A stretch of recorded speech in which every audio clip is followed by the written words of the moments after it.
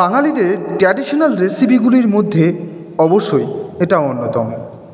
এই রেসিপিটি বাঙালির ঘরে যদি বছরে একবার দুবার বা তিনবার না হয় তাহলে কেমন কেমন লাগে, বিশেষ করে যখন কচি কাঁঠাল পাওয়া যায় মার্কেটে, তখন তো জাস্ট কথাই হবে না।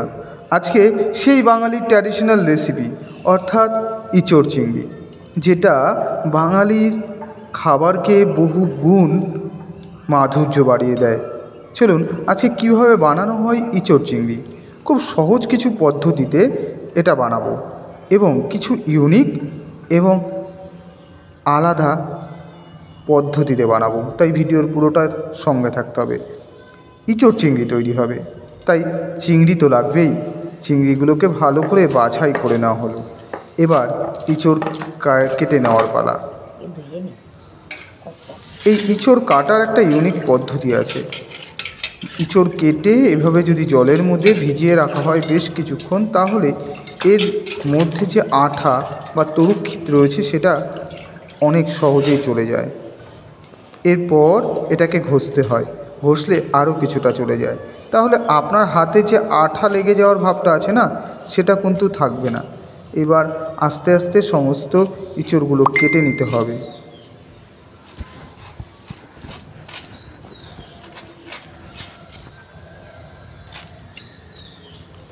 ইঁচড় কাটা বেশ কঠিন ব্যাপার, কিন্তু বাঙালি এটা কোনো সমস্যাই নয়, কারণ রসে বসে বাঙালি। তাই রান্না যতই ঝামেলা হোক না কেন, তা বাঙালির কাছে কোনো রকমই পাত্তা পায় না। যাই হোক, এভাবেই ইঁচড়গুলো কেটে জলের মধ্যে ভিজিয়ে রাখতে হবে। তবে জলের মধ্যে কিছুটা লবণ হলুদ দিয়ে তারপরে ভিজালে আরও ভালো হয়।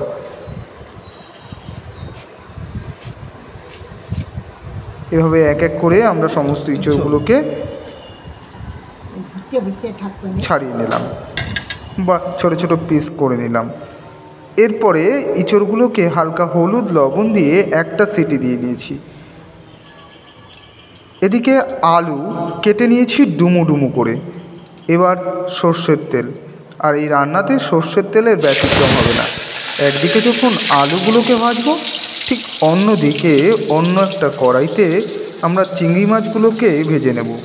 এর আগে চিংড়ি মাছগুলোকে ভালো করে হলুদ লবণ মাখিয়ে ম্যারিনেশন করে রেখেছিলাম বেশ কয়েক ঘন্টা। এবার চিংড়ি মাছগুলোকে ভেজে নেওয়া হবে। চিংড়ি মাছ ভাজার জন্য অত্যাধিক তেল দেওয়া যাবে না, কারণ তেল দিলে এতে মাছ ছিবে হয়ে যাওয়ার একটা সম্ভাবনা থাকে। এবার মশলা করে নেওয়ার পালা। মশলা করার জন্য কিছুটা আদা, কিছুটা রসুন, কিছুটা পেঁয়াজ আগে বেটে নেব, তারপরে বেটে নেব অন্য মশলাগুলো। এদিকে দেখুন শুকনো লঙ্কা রয়েছে, তার মধ্যে কয়েকটা কাঁচা লঙ্কা। আলুগুলো মোটামুটি ভাজা হয়ে গেছে, এবার নামিয়ে ফেলি। পেঁয়াজ ভাজার তেলের মধ্যেই কিছুটা তেল অ্যাড করে তার মধ্যে দিয়ে দিলাম গোটা গরম মশলা, এলাচ, দারচিনি, লবঙ্গ। যখন একটা সুন্দর গন্ধ এদিকে ভেসে বেরাবে, তখন দিয়ে দেবো মাঝারি সাইজের 2 থেকে 3টি পেঁয়াজ। এরপর পেঁয়াজগুলো যখন 70% ভাজা হয়ে আসবে, তখন দিয়ে দেবো সেই পেঁয়াজ, আদা, রসুন বাটাটা। এদিকে কিছুটা জিরে, কিছুটা শুকনো লঙ্কা আর কাঁচা লঙ্কা বেটে নিয়েছি। ব্যাস, এই মশলাগুলো দিয়ে এবার ভালো করে কষাতে হবে যতক্ষণ পর্যন্ত উপরে তেল ভেসে না আসে। এবার দিয়ে দেবো মাঝারি সাইজের 2 থেকে 3টে টমেটো। ব্যাস, এবার দিয়ে দিলাম পরিমাণ মতন হলুদ এবং পরিমাণ মতো লবণ।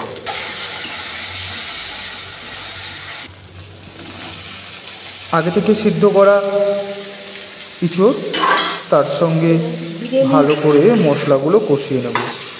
সত্যি বলতে কি, এই যে কষানোটা হচ্ছিল না, সেখানে গন্ধ বা মাধুর্য আলাদা চারিদিকে ছড়িয়ে পড়ছিল।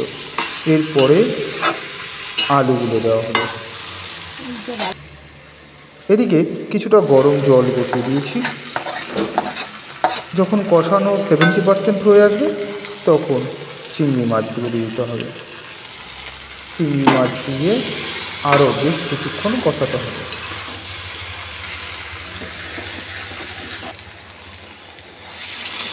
যখন কষানো কমপ্লিট তখন দিয়ে দিতে হবে গরম জল।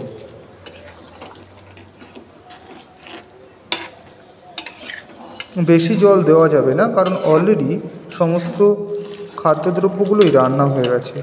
ব্যাস নামানোর আগে কিছুটা গুঁড়ো গরম মশলা, যেটা বাঙালির রান্নাকে আরও বেশি মাধুর্য করে তোলে। যাই হোক, আমাদের রান্না কমপ্লিট।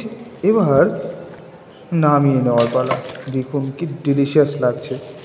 এতক্ষণ ছিলেন রাজুর সঙ্গে, আর রাজুর রান্নাগুলো যদি ভালো লাগে তাহলে অবশ্যই চ্যানেলটিকে সাবস্ক্রাইব করে রাখবেন। আজকে পর্যন্ত, দেখা হবে খুব তাড়াতাড়ি।